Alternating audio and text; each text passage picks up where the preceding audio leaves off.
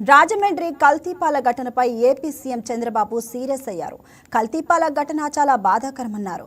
మృతులకు ప్రగాఢ సానుభూతి తెలియజేశారు. పాలతోనే డయాలసిస్ సమస్య వచ్చింది అన్నారు. కల్తీ పాల బాధ్యులను వదిలేది లేదని తేల్చి చెప్పారు. ఇప్పటికే పాల వ్యాపారి నాగేశ్వరరావును అరెస్ట్ చేశామని చెప్పారు. కల్తీ చేస్తే ఎవరిని వదిలిపెట్టే ప్రసక్తే లేదు అని చెప్పి స్పష్టం చేశారు. దోషులపై కఠిన చర్యలు తీసుకుంటామన్నారు. కల్తీ పాల మృతుల కుటుంబాలకు పరిహారం ప్రకటించారు. ఒక్కో కుటుంబానికి 10 లక్షల చొప్పున పరిహారం అందిస్తామని సీఎం వెల్లడించారు.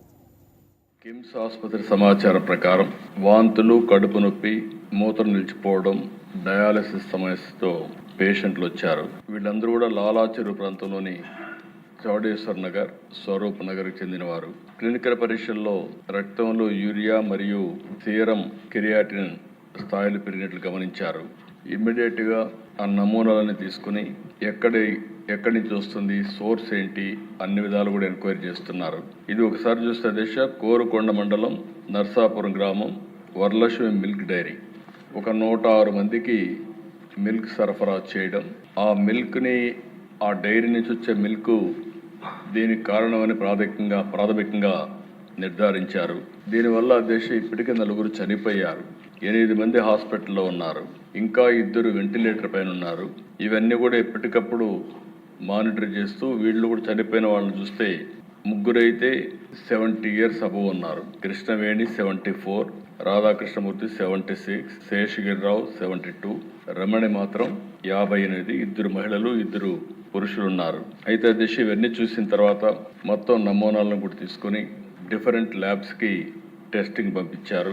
ఎవరైతే దీనికి ప్రధాన కారణమైనటువంటి వ్యక్తి పోలీస్ డిపార్ట్మెంట్ కస్టడీలో కూడా తీసుకున్నారు. ఇన్వెస్టిగేషన్ ముమ్మరంగా జరుగుతూ ఉంది. ఈ నమూనాలు కూడా state food laboratory Hyderabad, state food laboratory Visakhapatnam, Vimta labs హైదరాబాద్కి నమూనాలు పంపించారు. కేసు కూడా ఎవరైతే మృతురాలు తాడి కృష్ణవేణి కుమారుడు సీతారామయ్య ఇచ్చారు, దాన్ని ఆధారంగా చేసుకుని 194 సెక్షన్ కింద, బిఎన్ఎస్ఎస్ కింద, సెక్షన్ 174 సిఆర్పిసి కింద కేసు కూడా బుక్ చేశారు. ఇతను ఎవరైతే డైరీ మెయింటైన్ చేస్తున్నాడో అద్దాల గణేశ్వరరావు, అతన్ని పోలీసులు తీసుకుని మొత్తం కూడా ఇన్వెస్టిగేషన్ చేస్తున్నారు. ఏదేమైనా అన్ని విధాలు కూడా 360 డిగ్రీ ఇప్పుడే మంత్రి గారు చెప్పినట్టు ఎంక్వైరీ చేస్తున్నాం. నేను ఒకటే విజ్ఞప్తి చేస్తున్నా, ప్రతి ఒక్కరికి ఉదాసీనత ఏమాత్రం పనికిరాదు.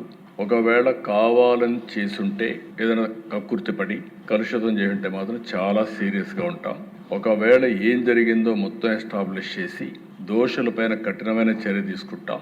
మళ్ళా ఒకసారి విజ్ఞప్తి చేస్తున్న, రాష్ట్రంలో ఉండే ప్రతి ఒక్కరు కూడా కల్తీ చేయడం కానీ, అడల్ట్రేషన్ రావడం కానీ, ప్రజలకు ఇబ్బంది కలిగే విధంగా ఎవరు ప్రవర్తించినా ఈ ప్రభుత్వం ఉదాసీనంగా ఉండదు, చాలా కఠినంగా ఉంటాం. ఆ విషయం గుర్తుపెట్టుకోవాల్సిందిగా మరొక్కసారి హెచ్చరిస్తూ, ఎవరైతే చనిపోయారో ప్రాథమికంగా 4 చనిపోయారు.